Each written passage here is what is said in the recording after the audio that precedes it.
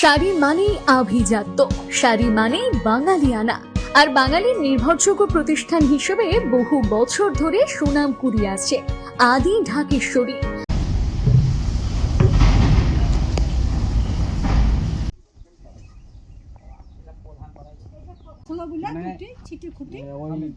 কোন রকমে একটু যাওয়া নিচেটা লাও, পাঁচটা পাইট সব করেছি গো। আপনি আপনি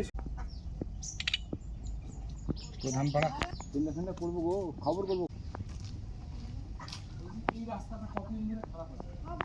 মোটামুটি আমি যবে থেকে আসছি তবে থেকে দেখতে পেয়েছি। আমার মোটামুটি 24-25 বছর হয়ে গেল।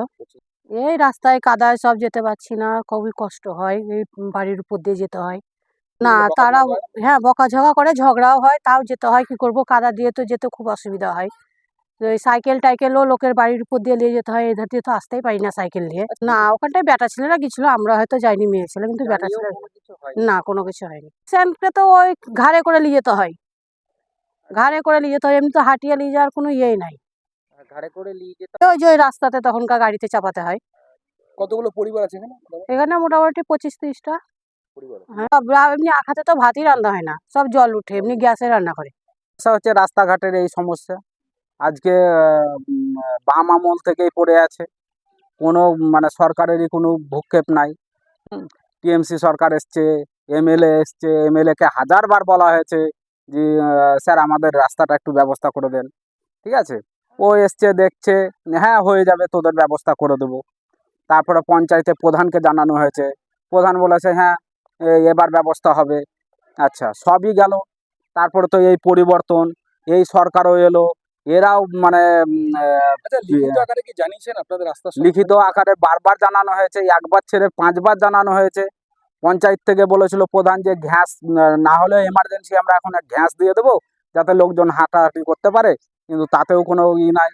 এখন যে যাওয়া যায় না, এমন অবস্থা যে হেঁটে যাওয়ার মতো পরিস্থিতি নাই। এখন মনে হচ্ছে যে আমাদের এই রাস্তায় ধান পুঁতে দিলে সরকার হয়তো দেখতে পেত যে কি অবস্থা।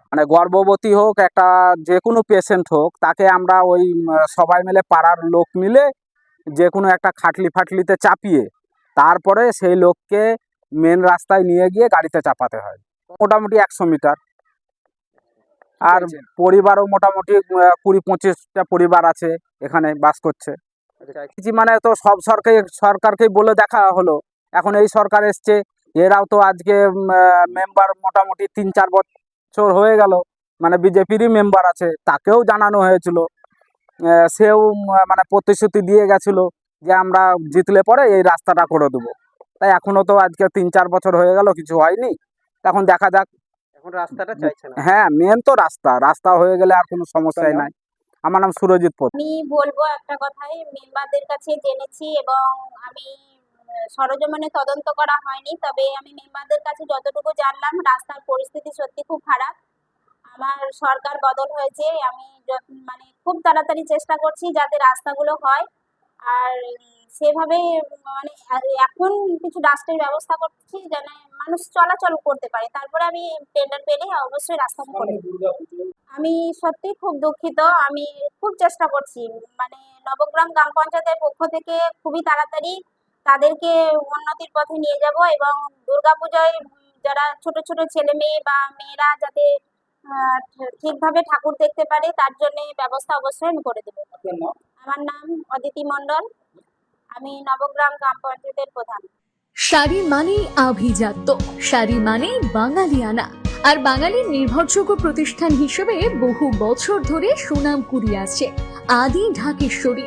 বহরমপুরের প্রতি ঘরে ঘরে নিজেদের নিখুঁত, শৌখিন এবং ইউনিক ডিজাইনের কালেকশন পৌঁছে দিচ্ছে আদি ঢাকেশ্বরী।